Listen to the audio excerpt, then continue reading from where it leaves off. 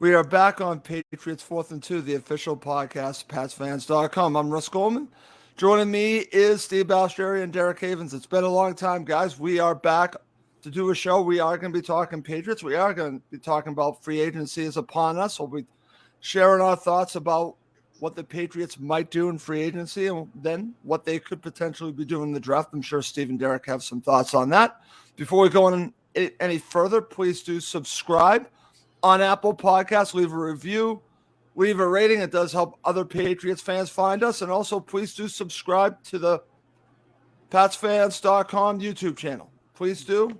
Let's get that going as well. Okay, guys, let's get to it. We have several Let's get to it. Congratulations to Derek. Well, let's go there. Derek is now a married man. How you doing, Derek?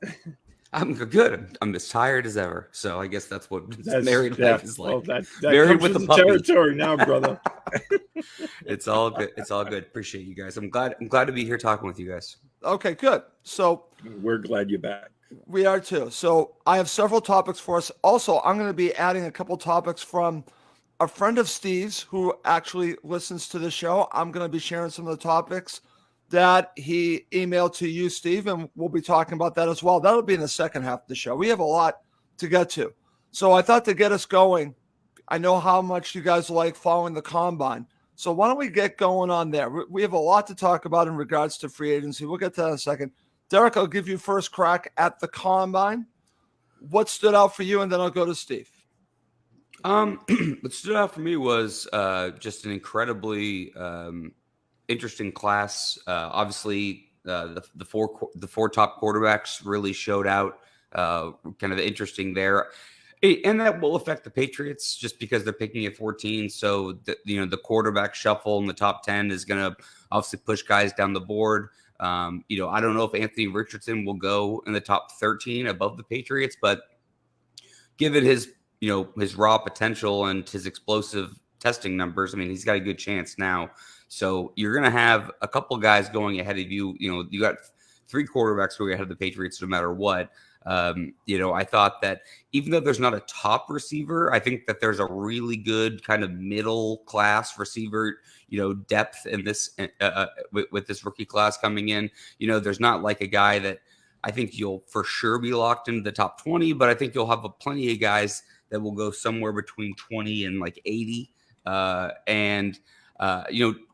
From an edge and a cornerback standpoint, I think that you have a tremendous amount of depth in this class. And for the Patriots specifically, it'll be interesting. And free agency will obviously change this quite a bit. And I know we've talked about some of their top needs with tackle and corner and edge. Well, corner and edge, like I just said, real deep, depending on how they address it. I told Steve, and I might have told you this, Russ, yesterday too, off air when we spoke on the phone, but yep. I'm starting to lean more and more against them taking a tackle at 14. Not against it in terms of like I would dislike it. I'm just starting to think more and more they're going to spend money on a veteran tackle and take a young cornerback early. That's the way I'm leaning right now. It's only March 8th, but that is just kind of where my head's at this moment coming out of that combine weekend. Okay, interesting take on the combine and the direction where Derek thinks it's going to go for the Pats, and we'll talk about what that means in regards to free agency, but we'll get to that in a second. Steve, your thoughts on what Derek just shared on what he took out of the combine and yourself? Yeah, I once again, I agree with everything he said, and I think Anthony Richardson, he wasn't a quarterback that I had going very early, but if there's a guy who helped himself at the Under Armour Olympics, as we always no, it's no about, bull. It's no bull now, Steve. NFL no bull. Combine. I think he really did. I mean, I thought he showed out really well overall, and that's always a big thing. Every year we have a couple of guys that really help themselves, and some guys that don't. I mean, some guys don't test well, so we'll have to see. But overall, I think there's starting to be a little downturn in interest of the combine. You're seeing more and more of it. A lot of the head coaches aren't going. Bill Belichick wasn't there this year. He wasn't alone.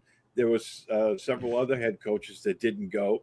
because they feel like they can get more done, at home station. They obviously, every team has scouts and other coaches there, but I think teams are more interested in pro days now, and they just still, the tape doesn't lie, because you can test the guy's physical skills and his measurables, and that's always important, because I think a lot of colleges inflate guys. They say, oh, this guy's 6'3", 250, and then at the combine he's like, well, he's 6'1.5", 240. Yeah, where'd that come from? I think we've seen that quite often as well. But overall, I thought it was good. I mean, I just miss some of the combines we had earlier. I just really liked it when they had Mike Mayock there. I mean, he's my favorite of all those guys. Okay, very interesting stuff on the combine. And I've also noticed that there hasn't been as much interest as in years past. And I think you guys both described a little bit about that. And Steve shared his thoughts on the fact that Belichick wasn't there. That is a telling tale. But it'll be interesting to see how that affects the draft. And we'll have draft talk. Can I just share one small thing? Just go ahead. Go ahead, Derek. Just based off what you just said, a lot of people made a big deal that Belichick wasn't there, and I can understand why it's newsworthy, but I don't think it's really news, if that makes any sense. I can understand somebody like a beat writer mentioning that he's not there, but the tape is ultimately the biggest thing. The combine, all it really does is just be like, okay, this guy looks really fast on tape. I wonder what he runs the 40-yard dash in. What's his 3-cone? What does he really weigh? What is he really measured at? All those and things. The medical. Yeah, and of course, yes, thank you. That was my next point. Oh, the medicals. No, you're right on it. The medicals are the most important thing, and all those numbers do is just either affirms what you are seeing on tape, or has you something either surprisingly good or bad to have you recheck the tape to double check things. Anything that goes on there, Bill can see and doesn't really need to be there for. If he really is interested in a player and he wants to see a player in person to see how they move in person, he'll go to the pro day. He'll have him in for a private workout. So I do think that was a bit overblown, Russ. I just felt like that whole story. It's, if you want to say, anything about the players, I think it's a bigger disadvantage for free agency. If anything, I would make the argument for that because of all the players agents that are there and all the late dinners and the elbow rubbing and the rumor mill scuttlebutt. I almost think the free agency stuff hurts you more than actually players coming out. I thought that was a really overblown story, Russ. Okay, very interesting. Okay, well, talk about another story since we're talking about that. Sure. Because this goes along with talking about free agency. And this is just my opinion, guys. So let's just use this as an interesting topic. There was a NFL players poll, and this is blown up here as being a massive story. I think, honestly, it's a bunch of crap. Now, can you get something out of it? Sure. But it was used here, and it would only be used here in a negative light. There were some positives to come out of that. I didn't hear much about the positives with the Patriots ratings here, but there were some real big talking points, and one that basically the media got wrong because there was a whole thing about the Patriots with their weight room. And I think it was Mark Daniels that wrote that the Patriots are redoing their weight room right now. They're actually doing it right now with the improvements. So that might have been part of this whole NFL players poll and rankings. But the part with the travel just blew me away because they fly in a private plane and all this stuff. But again, the only problem I have with this is it's probably all the players. So how many of the players actually play for the Patriots? Yeah, I felt like the survey was interesting, and I can understand the talking points surrounding it, but I felt like it lacked a little context because you had 1,300 players. But to your point, Russ, was it the same number of players for each team? Was it relatively close? Like, was it 7 for the Patriots and 40 for the Ravens? Like, I don't know. I don't know. Like the Cardinals, the Cardinals came out looking like absolute clowns in this thing. The Patriots, I was very confused by a lot of their rankings. To your point, they got a D plus for travel. For travel, they have 2 of their own planes. Well, elaborate. Is it? I mean, I just felt like it needed a little bit more context for how in depth it was. I don't think it lacked. We the one thing like you're talking about is how were the questions framed? Sure. When they're talking about travel, was one of the complaints with certain players on certain teams about distances they have to travel. Okay. I mean, you don't know. It just says travel, and then they have a letter grade. Well, like you said, they have their own aircraft, and every seat on that aircraft is a first class seat. Those guys they're not very squeezed spaced. into, Yep. They're not squeezed into the economy seats.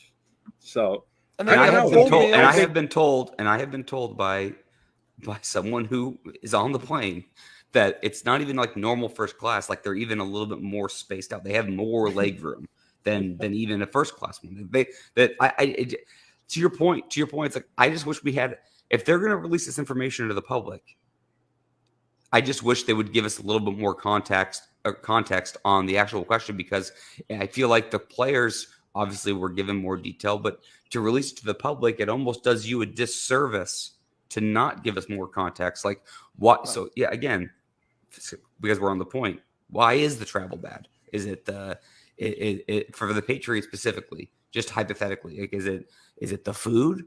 Is it the service? Is it because they make you wait there for an hour before they take off? Like, what's the reasoning behind it? I don't know. I just thought it was a weird, Russ. It was a really weird weird talking point, because I felt like it made a lot of teams look bad, and I'm not even sure it was really well deserved, because I'm not sure that it was given with. I felt like we were not given all the information, and I don't know if we were or not, but it didn't feel like we were. It turned into here about talking about how the Patriots spend their money on the improvements of Gillette Stadium. Mm-hmm. And it's ridiculous to have to listen to a conversation, even for 30 seconds, which I did by accident, talk about how big the Patriots' new lighthouse is going to be and how that has affected everything, how they spend their money. And I'm thinking, this is how ridiculous it is. And it's based on this NFL players poll. And it, I think, was just taking any way that they could here to just take another shot at the Pats. And that's typical. Yeah. But at the same time, I one of the things that I found, I don't know, I thought it was a little intriguing that the weight room, and I just caught glimpses of it during my time there. I mean, it looks like, from the few little glimpses I saw, because obviously nobody from the media is allowed in there, it looked like state-of-the-art stuff. Absolutely. I've walked through it, Steve. I actually had a little bit of a tour, and I got to see the weight room. Oh, you did? But yet the training staff scored high marks. And I'm like, I would think those two go hand in hand. If your training staff is getting high marks, then you would think the facilities would be kind of like hand in hand. Right. I maybe I'm way off on that. I just thought that was, when I was looking through that, again, like Derek said, we're not getting the full context. No, we're not. Derek's right about all this. I just thought that was kind of intriguing from that aspect, that, the weight room scored so low. Yeah. And yet the training staff scored pretty high. I think it was in the B range. I don't remember the exact grade, but I think it was in the B range, either B. But you know what, Steve? That's been scrutinized to why it's not an A here, because that was actually looked as a negative. I'm not kidding. Well, I'll tell you the two things that came out from a non-Patriots standpoint. Go ahead. The two things that came out the worst were the Ravens training staff, and the fact that the Cardinals make their players pay for dinner. That's crazy. So the Cardinals, it came out that if the players want dinner, they don't make them literally hand them cash. They just take it out of their paycheck, Oh. which on the surface you would say, well, what's the big deal? These guys, make a lot of money. Well, some of them make a lot of money. Some of them don't. But they're all not going, starving, obviously. But it's funny. It's like, you'd think the team would want to incentivize guys to, I don't know, hang it after practice, watch film, work out, be around the facility. These guys are making them pay for food with the people they have on staff now. They have nutritionists and people like that. I think you would want your players eating what your nutritionist is putting out for them. Exactly. Right. And not so making them pay for it, I think, is incentive for them to eat either at home or elsewhere.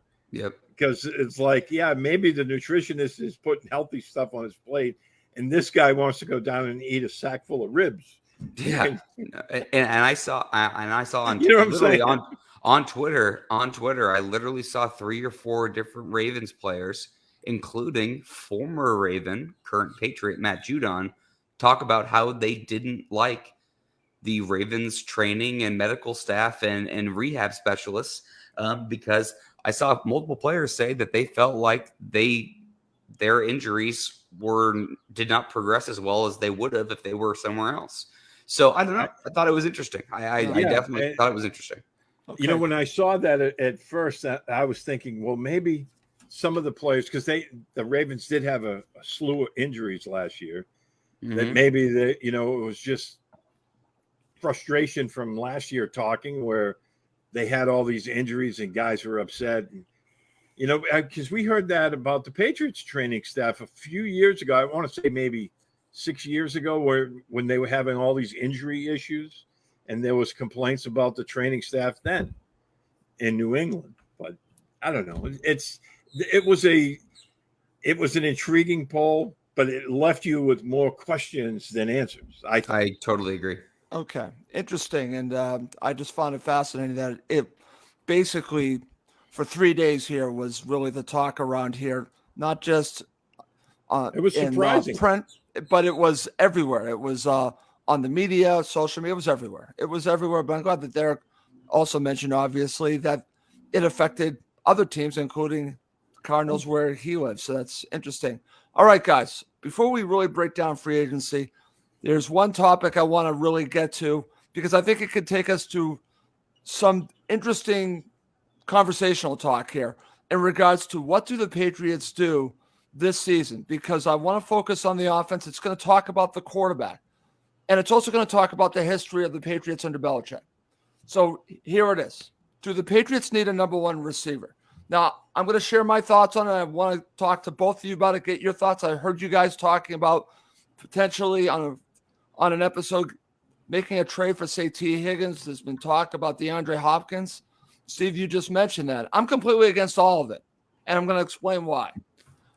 I'm not against them getting a wide receiver. I think the Patriots need a slot receiver in the worst possible way. Worst possible way. That's where they need. They need a slot receiver. That should be the number one need when we're talking about wide receiver. That's just my thoughts. But the bigger picture, and Derek, you and I talked about this, so I'll share a little bit, has to do with Mac Jones. It has to do with everything going on with, I understand how the league is now becoming more wide receiver centric. Get the weapons, where instead of the quarterback being the focal point, it actually becomes the weapons. I think that's asked backwards. I think it has to be about the quarterback, meaning it should be about the quarterback raising the play of the weapons around him, the players around him, make him better. We have the best example, yes, Tom Brady, Peyton Manning. There are many quarterbacks. The best quarterbacks, I believe, raise the play around them, the players around them, make them better.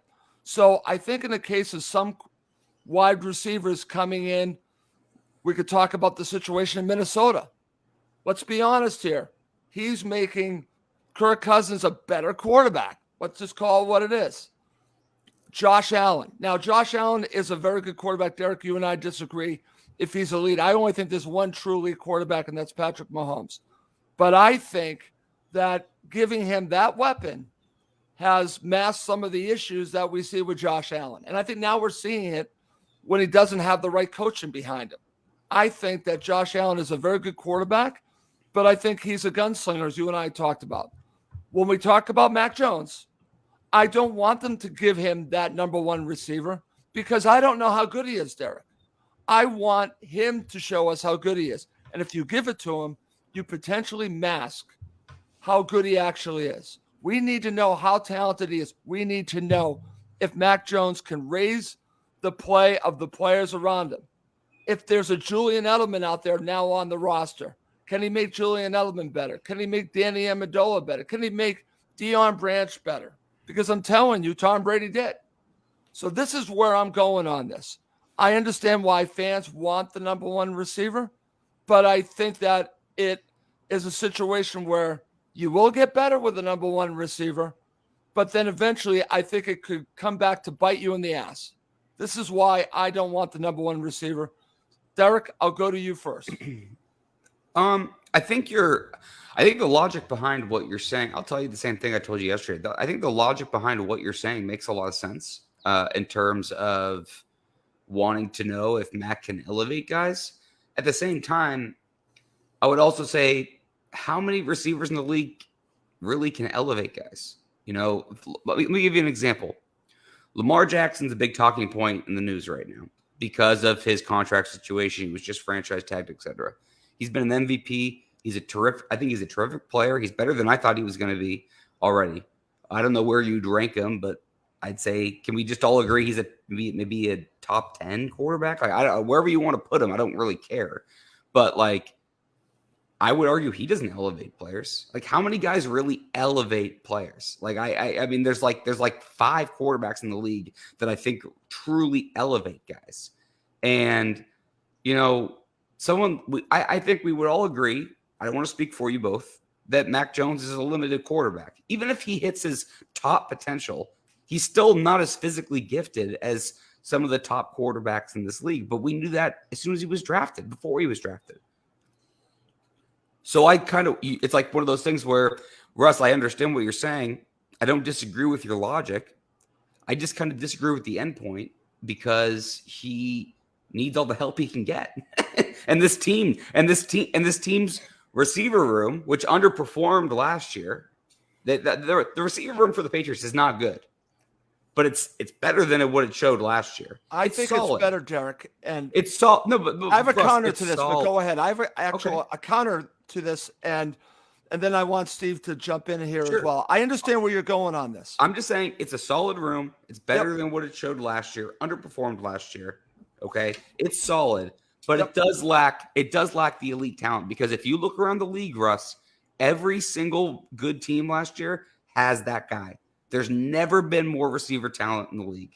And the Patriots don't have that guy. So as much as I agree with your point, I would also counter it by saying they still do need that guy because everybody, if you're going to be a good team in this league, like unless you're Patrick Mahomes, to your point, who has MVS, Juju, you have nobody else. He's the gold standard. By the way, a Hall of Fame tight end, but whatever. Right. So it's like even when he doesn't have that guy, he kind of does, and has one of the best offensive minds in this generation as a head coach. See, you're going to my point there, Derek. To go along with this, it's the coaching, Derek. Sorry, I don't mean to interrupt. No, but I am going to admit that I was dead wrong about the whole coaching thing because I didn't want to admit that the Boston media were right.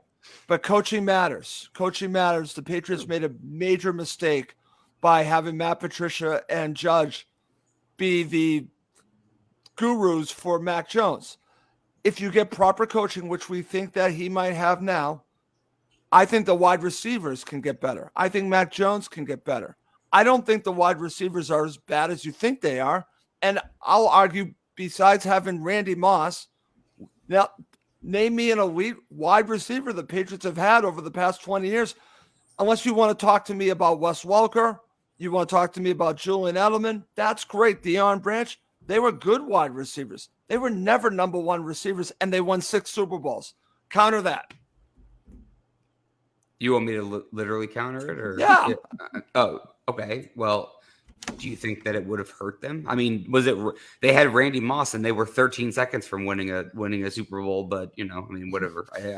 I mean, I would argue that Wes Welker literally elevated the slot position of wide receivers to a different level because of his numbers. He's only discredited in New England because he had the drop, which was a terrible throw by Tom Brady, but whatever. And then, Julian Edelman, I don't know, had only some of the best postseason numbers of all time, but I guess he wasn't the number one receiver after all. I mean, Russ, sometimes it's just like bring it back to the middle a little bit. It's like, yeah, I get your point, but to Kevin O'Malley's point, who's listening, and I appreciate his comments, he's saying, they need guys who can get open and, someone other than Jakobi Meyers. I agree. It has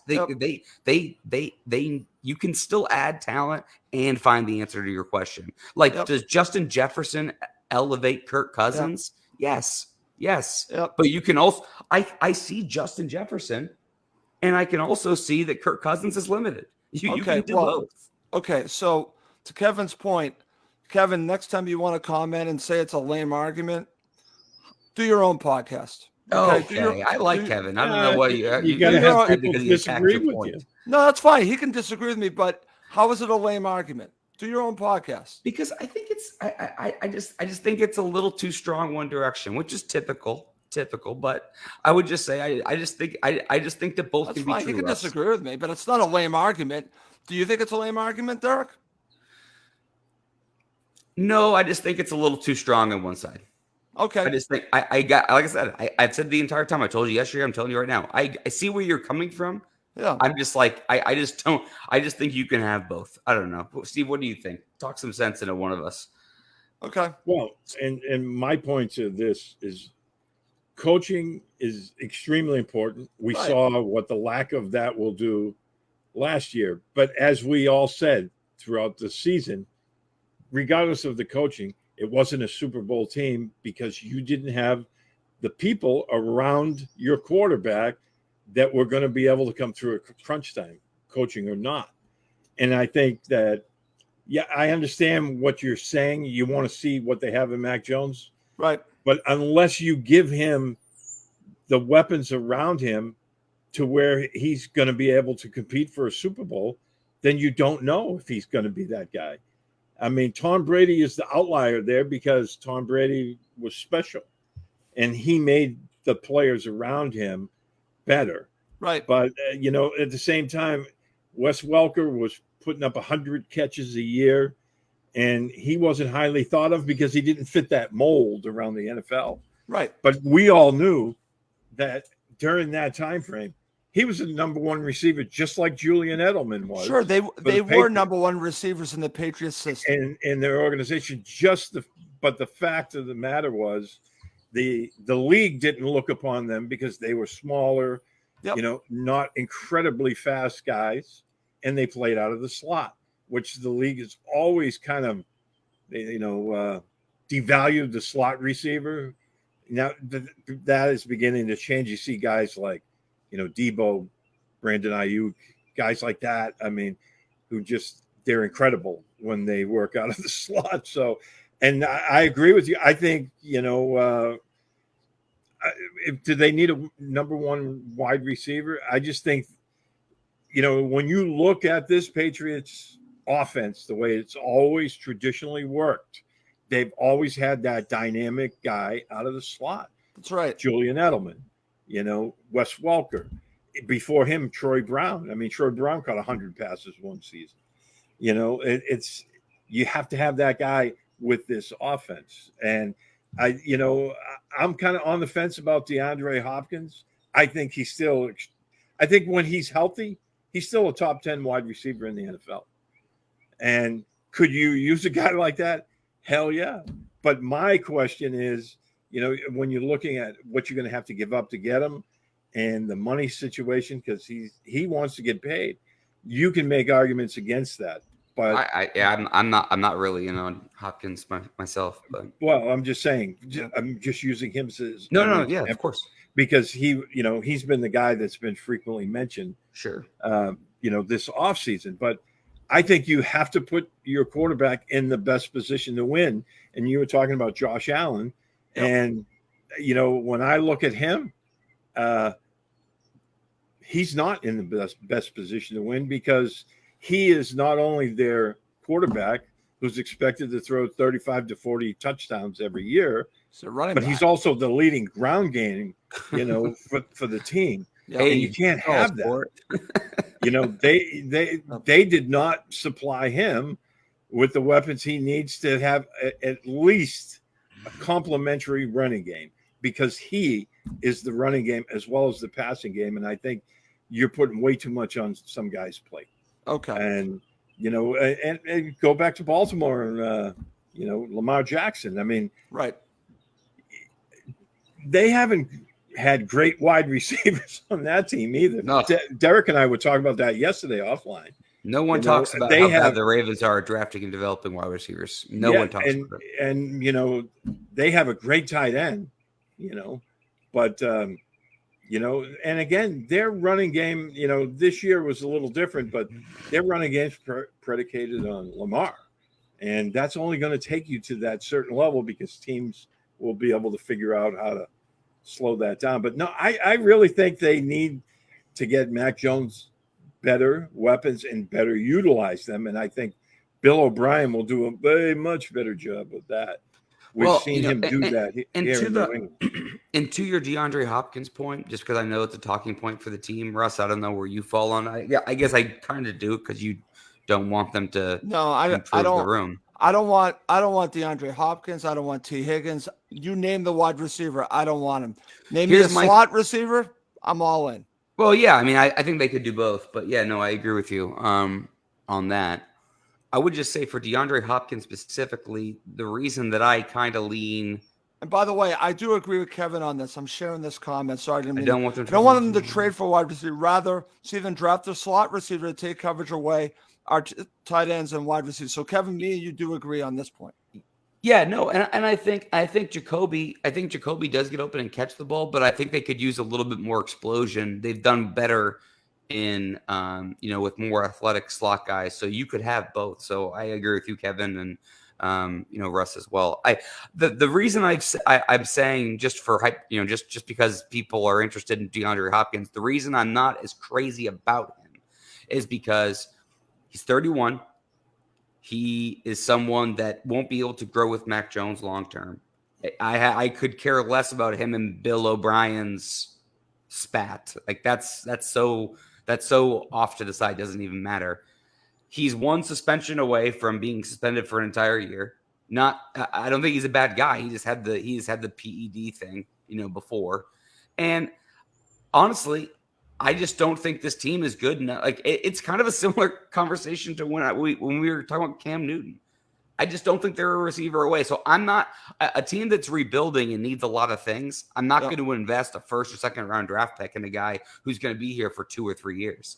It's not realistic. But if you're telling me the Patriots could get DeAndre Hopkins for a 3rd round pick, I'd say, yeah, sure.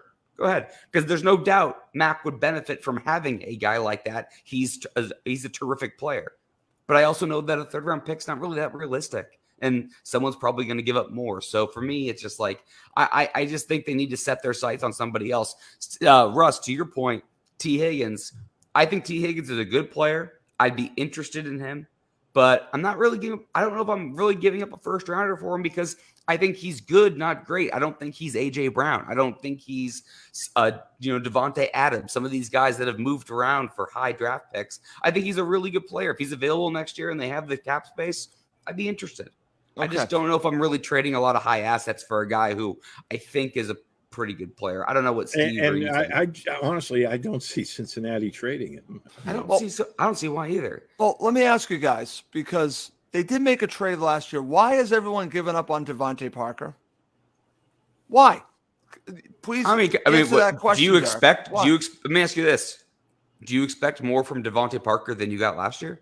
Yes, I absolutely do. I expect more from him. I expect more from Kendrick Bourne. I expect more from every receiver. I don't expect anything more from Devontae Parker than we got last year. Last year was exactly what we thought we were going to get. I think you should expect more from all the players across the board because, as we talked about earlier, coaching Coaching will matters, help Derek. with that. Oh, I agree with all of that. I'm just telling you, Devontae Parker did exactly what we thought he was going to do last year. Yeah, I don't see a significant increase with him. Yeah. The guy I still think we could see a significant increase from is Kendrick Bourne.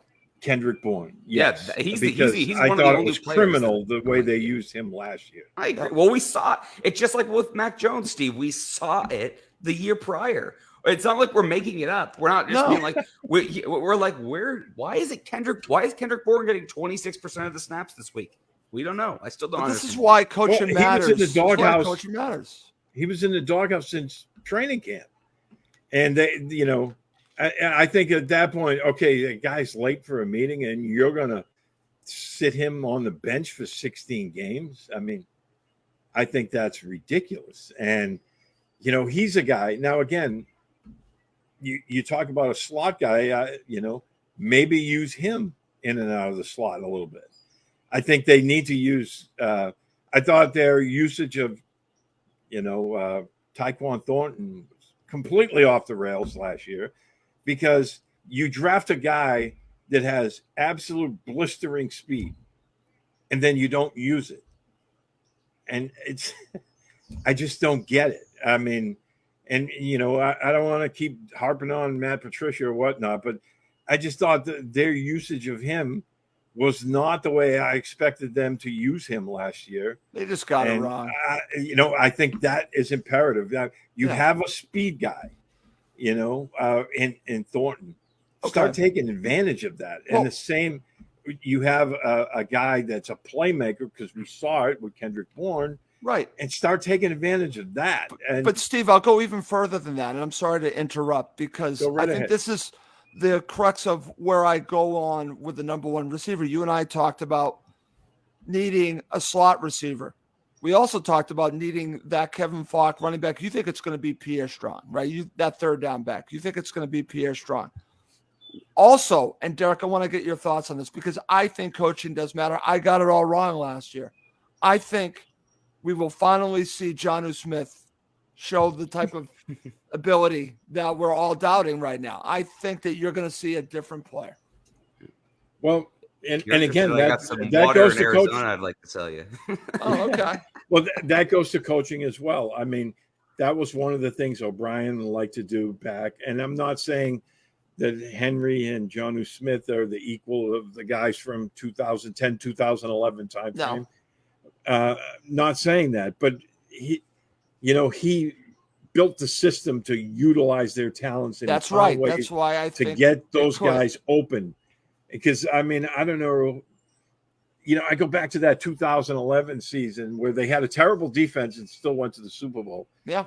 And, as ridiculous. Aaron Hernandez, I thought, had a tremendous season that year. He did. And it's because O'Brien found ways to scheme him open. And, there was, and granted, he was a talented football player, all the off-field stuff aside, he was a talented football player. But I think they can do the same thing with these guys. Okay. And it will remain to be seen. But I do think, like you said, Russ, coaching comes into it. Yeah. And, the way you use your players. But I do think they need some additional talent at wide receiver. Not saying it has to be a DeAndre Hopkins or whoever, but I do think they need more talent there. And the way they use that talent will ultimately decide how far they go, because I'm not convinced Jakobi Meyers is coming back. And maybe that's one of your talking points later on in the show. But But I'm but not Russ, convinced. in all seriousness, to your point, the only and this is part of Steve's point here too. The only reason I have even a sliver of hope that Jonnu Smith will be better this year is because of Bill O'Brien's offense. Right. That's where I'm going, Derek. That's where I'm going, because I've seen coaches elevate players. I've seen it. We've seen it. Well, I know he's a better player than what he's shown the last 2 years, because he did it already in the NFL. So it's just, I just don't know why it's just not happening here. It's just the first year it looked so forced and so clumsy and clunky. and clunky. Yeah. And last year Even was more clunky. yeah, it just the whole thing. I mean, it's They hard never to look really like- judge anything on offense because you had guys bumping into each other every 2 Yeah. seconds, 15 yards down the field. You know, Right. the offense last year, and again, I'm harping on Matt Patricia, and I said I wasn't going to do it, but you know, we never had like 60 minutes of everybody meshing together. Right. Yep. I It agree. seemed like nothing was all. It seemed like everything was hard. Now there'd be parts of games, sometimes almost a whole game, where you know you could see there was the players are better than the sum of their parts at times. But it was never a smooth operation, and they need to get back to that. And to Chris's point, would I trade for Jerry Jeudy? Absolutely. But what would be Denver's motivation for trading a young, talented player like him? They just hired an offensive-minded coach, and to me, he's a wide receiver. He's a young guy. Even with that awful offense they had last year, he almost had 1,000 yards receiving. Yeah. He's the kind of guy you can build around, I think. Okay. Fair. So, I mean, would I trade for him? I would, but I don't think Denver would. Okay, good stuff. All right. Coming up next to end the show, we're going to talk about what we think the Patriots could do and maybe should do in free agency. Okay, guys, we got about 15 minutes left, so let's get to it. Let's not waste any time. It was actually the name of the show because we're talking about free agency is around the corner. So, Steve, I'll go to you first. I'm putting you in the shoes of Belichick. It's free agency is about to start. Where do you go first? What do you do? Well, I mean, I kicked the tires on a bunch of tackles that are out there. I mean, and see, what the money situation is going to be. But I mean, there's several tackles I would sign. And it all depends on the money and whether or not they even want to come to New England. Some of these guys are established vets, and maybe they feel like the Patriots aren't as close to a Super Bowl as some other team, and that at this stage of their career, maybe they want to go someplace where they have a shot at it. But I mean, you could sell me, for a guy like Orlando Brown. I mean, Derek, about a month or so ago, mentioned McClinchy out of San Francisco as a right tackle. You could sell me on either one of those guys. And, I think, if I'm Bill Belichick, you have issues at offensive tackle, and your whole offense predicates your quarterback has to stay upright. And I think the Patriots were, 26th in, pass rush rate against. So that's not good. I think tackle, you have to look at that, see what's out there with, wide receivers. There's not great wide receivers in free agency, so maybe that's not going to be the answer. But in free agency, maybe see what's out there at cornerback or safety, depending on if Devin McCourty decides to retire or not. Although Derek and I talked about this offline yesterday as well. I think the longer the time goes by, I think the more apt he might be about returning for one more. Mm-hmm. Okay, good stuff. Steve, this is your friend that we got some information on. So before I go to Derek, this is what he actually emailed to you, and we're sharing this on the show. Great guy. Pats offense, not enough reliable offensive linemen equals not enough offense. Do you agree with that? Are you asking me? Oh, I was asking Steve. Sorry. Oh, okay. Oh, yeah, I totally agree with him. I totally do. Him and I email each other all through the season. And he's a great dude. He's from Gloucester, Mass. So Gloucester. Thanks, Michael, for always being there. And the fishing capital of America. That's right. That's right. Yeah, I totally agree with that. I mean, the offensive linemen had a very rough year. I think their level of play was not what the Patriots were looking for, plus the injuries they suffered. But I don't think it's a total lost cause. With a full-time offensive line coach now, let's see if he can elevate those guys. And again, you sign a guy like Orlando Brown, and I'm just saying that, for instance, Yeah. if you sign him as the left tackle, maybe you move Trent Brown to right tackle where it seemed like he was more comfortable. Okay, interesting stuff. Derek, thoughts on this? Feel free to share your thoughts on talking about the offensive line. I found that statement pretty interesting, so I wanted to share that. Also, what would you do in free agency first? I'll start with the offensive line. First thing, I totally agree with that statement, 1,000%. Just like Chris, I think. What was your friend's name, Steve, that emailed in? Michael Rubin. Michael. Yes, Michael. I totally Thank you, agree Michael, with you. for sharing that. Yes, I hope you didn't mind me using his name on. No, I'm sure it'll be fine. Thanks, Michael. Anyways, but we do appreciate you listening and contributing. And I do agree. I mean, look, Isaiah Wynn was a rotating door. Trent Brown was inconsistent. Cole Strange was benched 3 different times. I mean, he was fine. I think over on the balance, Cole Strange was fine, but it was okay. I mean, David Andrews and Mike Onwenu were the only 2 consistents, but that's only 40% of your offensive line. So, I mean, when you talk about, what starting up front in the trenches, I mean, they were literally kind of, in front of the gun from the moment that they snapped the ball, just because of their offensive line issues up front. But Russ, to your point of what to do in free agency, first thing I would do is I would throw a bunch of money in a bag and then hurl it to one of the big tackles in free agency. I think that McGlinchey is by far to me the best tackle on. I think he's way better than the other options there, but he's also going to command the most money. I mean, you're going to have to give him the 5-year, $100 million contract. I mean, that's what you're going to give him. And, I think Jawan Taylor, the tackle for the Jaguars, is an option. Orlando Brown is an option too, but I think he's honestly, you're going to overpay for him and it's really going to show. But I think they need to throw money at one of the offensive tackles. And that would be where I'd start. Kevin O'Malley earlier, if I can find the comment. No, I'll find it there. Go ahead. It's right here. The team that needs an athletic linebacker. I think someone that is actually a free agent from their own division, Tremaine Edmonds, or is it Edmonds or Edwards? Edmonds, I think. Mm-hmm. The linebacker for the Bills, I think he would really be fantastic.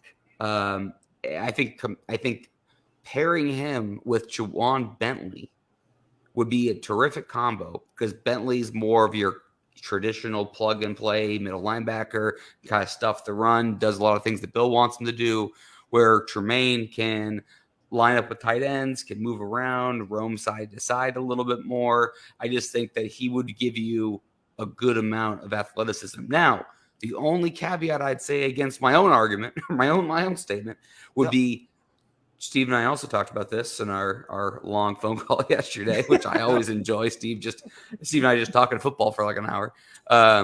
Was Jabril Peppers had a tremendous second half of the season last year. He's a free agent. If he comes back, he could probably do a lot of those things for probably a lot less money. So I wonder if that could be a factor as well.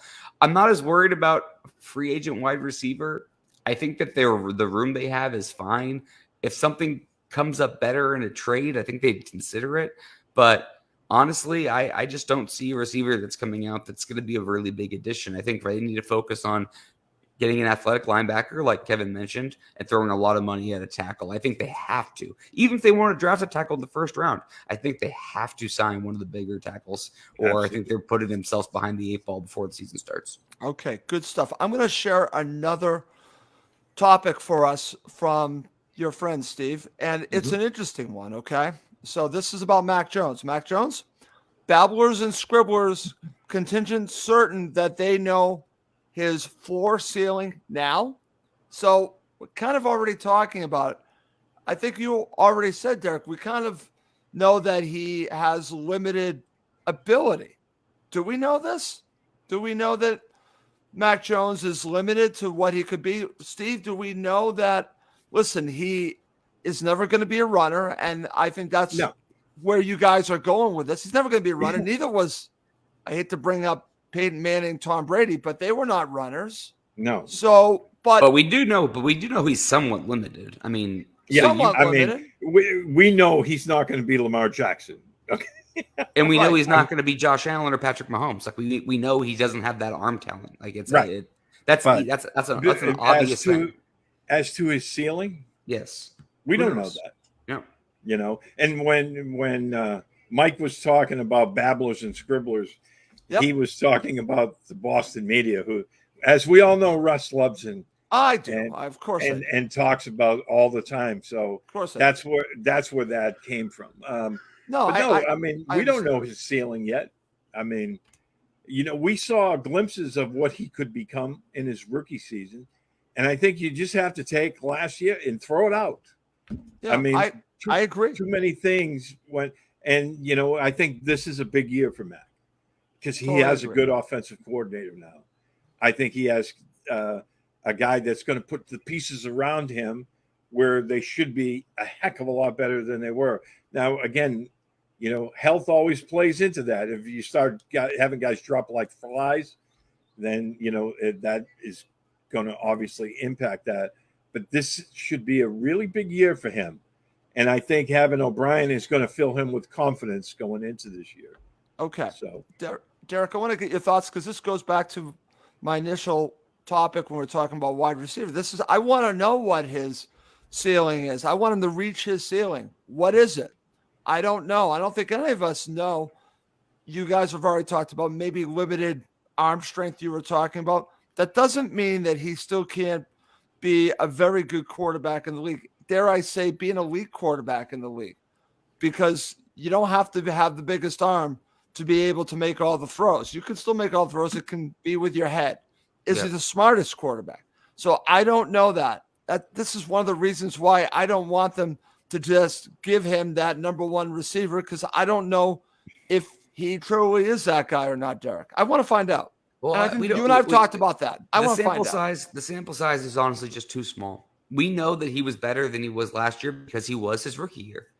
Now, you can debate how good he was in his rookie year if you want to, but the results are the results. And he was better his first year than his second. Now his second year was broken, and there was a lot of factors, right? I think he can be better than Kirk Cousins. He might just be someone like that who's kind of like a middling quarterback. He could be worse. I'm not sure. You know, I of all the negatives on, I do like Mac. I think that he has a chance to be a good, solid player, but you know, he didn't handle last year well, and we've talked about this. Yep. And you know, you have to be at that position. You need to be a leader, and you need to be, you know, consistent and even keeled. And he wasn't that last year, but I also don't necessarily blame him either. So it's like, it's a weird situation. I'm hoping him and Bill O'Brien can kind of get back on track here. So yeah, we don't know what his floor or his ceiling is. I feel pretty confident saying that he can play in the league, and I feel pretty confident saying that he's not going to be a top 5 quarterback. But other than that, I don't really know. I mean, how can you really say anything? I mean, I just think that Bill needs to put Mac in a better position to succeed than he was last year. And I would just like to see him, to Russ's point, to start the show. I just want to see him try to grow and build from last year and get back on track, because we saw it the first year. Last year we didn't. And so, unfortunately, the situation nowadays is that when you draft a quarterback in the first round, or any player, you have to decide on that 5th-year option after the 3rd year. Right. So this is a huge evaluation year, and it totally changes the direction of the franchise in terms of whether you're going to build with him, and in a year from then, so 2 years from now, giving him $40 to $50 million annually, or cutting ties and reinvesting in the first round to another quarterback. I mean, it's a big shift. So what's going to happen with him, I'm not sure, but I certainly hope that we don't have more questions than answers like we did this offseason after last season. Okay. To end the show, I just want to bring up this bonus topic, goes along with what we're talking about. It involves when things I think really went wrong with the whole coaching staff, with Mac Jones, and especially with Patricia and Judge. This is where it all went wrong, guys. And I'm going to put the Patriots fans in this conversation too. The one game where it all went wrong was when the fans were chiming for Bailey Zappi. That's when this all went down against the Bears. That's when it all exploded. And honestly, I don't think Mac Jones ever fully recovered from that. He was bad in that game. He was very bad in that game. But the decision to go to Bailey Zappi, looking back at it, I think it was a mistake, guys. And I think it might have affected the rest of the season. But beyond that, I think it really started with the coaches. The coaches believe it or not, I think set up Bailey Zappi to succeed and Mac Jones to fail. I can't believe I'm saying that, Derek. That's how it feels. Well, we said that for 16 weeks last year. So yeah. What do you think? So I'm sure you're going to love this, Russ. Go ahead. Of course. What do we think about Lamar Jackson? I don't even mean with him with the Patriots, although I don't think it's necessarily 100% off the table, but I would put it at like 1%. Well, I feel pretty confident saying they're not going to trade for Lamar Jackson. But sure. What do you think about the situation with him? Because I find it fascinating. It's pretty clear he's trying to dig his heels in and try to get the fully guaranteed contract like Deshaun Watson did. Yeah. I think that a lot of people are like, well, why is he getting disrespected? Why are so many teams out on him? And I think the answer is simply collusion between the owners, just because they were pissed at Jimmy Haslam for doing what they did for Deshaun Watson because they don't want to go down the NBA route where they fully guarantee all these contracts. I think Lamar Jackson is a terrific player. I do too. But at the same time, I would say the same thing, Steve, going back to what we talked about yesterday. I think at the same time, I would say the same thing about Lamar Jackson that I would say about Justin Herbert. Why doesn't he win more? Like he wins more. He wins in the regular season. I think he's like 45-16, or he wins 3 or 4 to 1, whatever that ratio is. He wins games, but he has the same amount of playoff wins as Daniel Jones. So, I mean, you tell me. I mean, is he worth $230 million guaranteed? I guess that depends on the market, right? But I think the whole situation with Lamar's fascinating because he's a terrific player. He's been an MVP. I think he's a good leader. People clearly I've seen a lot of players tweet. He's clearly well respected around the league as well. He should be, and he can feel like he's worth whatever he is. But I think the situation is fascinating because I would put him, probably somewhere in the 8 to 10 range of quarterbacks, maybe a little higher. I don't know. I have to really think about it for a second. I'm just speaking off the cuff, but it's like I still think that there's been plenty of situations with him where he hasn't.